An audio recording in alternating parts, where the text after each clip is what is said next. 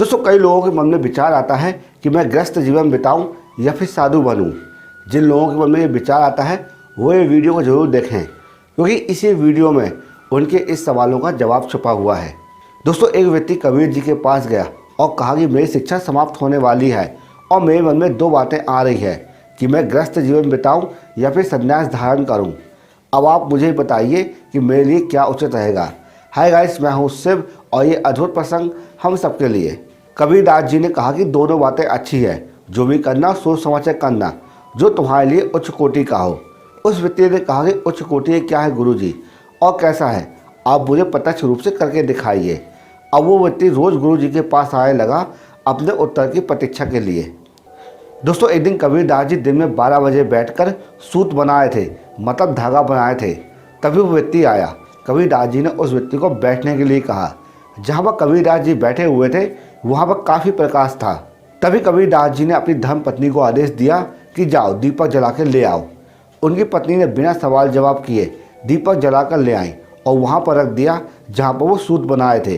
अब दीपक जल रहा है और वो सूत बना रहे हैं। दोस्तों, जो व्यक्ति कबीरदास जी से मिलने आया था वो व्यक्ति ये सब देखकर बड़ा अचंभित हुआ, लेकिन उसने भी कोई सवाल जवाब नहीं किया और चुपचाप बैठकर कबीरदास जी को देखता रहा।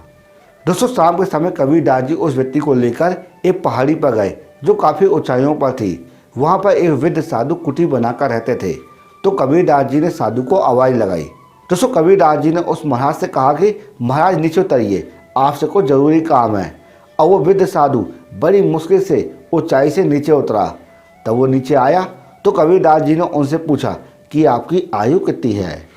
अब वो साधु ने कहा कि बस ये बात जानने के लिए आपने मुझे नीचे उतारा है तो सुनो, मेरी आयु 80 वर्ष की है। साधु ने अपनी आयु बताई और फिर से पहाड़ के ऊपर बड़ी कठिनाई से अपनी कुटी के पास पहुंच गया।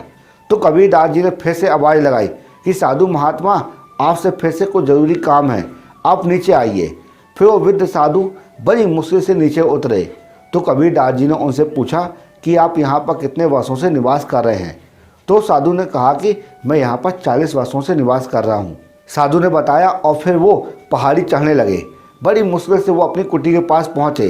तो कबीरदास जी ने फिर आवाज़ लगा दी।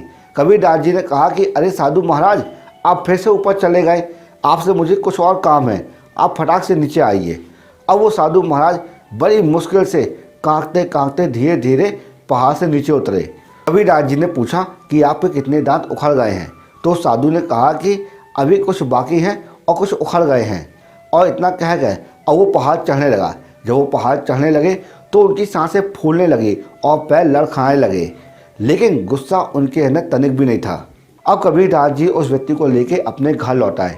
जब उस व्यक्ति ने प्रश्न किया तो कबीरदास जी ने कहा कि आपके प्रश्न के उत्तर इन दो घटनाओं में उपस्थित हैं। कबीरदास जी ने उस व्यक्ति से कहा कि अगर गृहस्थ जीवन बिताना चाहते हो तो जीवन साथी ऐसा होना चाहिए जो हम पे भरोसा रखे और सहजता से हमारा कहना माने। जिस तरह मैंने अपनी धर्म पत्नी को दिन में दीपक जलाने के लिए कहा तो उसने बिना प्रश्न किए दीपक जला के दे दिया। दोस्तों, कबीरदास जी ने कहा कि साधु ऐसा बनना चाहिए कि कोई भी हमें कितना भी परेशान करे, हमें क्रोध और शोक ना हो, हम सहज ही रहें। दोस्तों, इस कहानी से हमें ये शिक्षा मिलती है कि अगर आप गृहस्थ जीवन बिताना चाहते हो तो कितना भी तर्क वितर्क हो जाए, आपका मन शांत होना चाहिए। अगर आप साधु बनना चाहते हो या फिर संन्यास लेना चाहते हो तो कोई भी कितना भी परेशान करे, आपके अंदर क्रोध और शोक नहीं आना चाहिए। अगर आपको ये प्रसंग अच्छा लगा हो और लगा को सीखने को मिला हो तो इसी वक्त इस वीडियो को लाइक कर देना और कमेंट बॉक्स में अपने विचार जरूर लिखना, क्योंकि हम आपके लिए इसी तरह यूजफुल कंटेंट प्रतिदिन बनाते रहते हैं। जय श्री राम।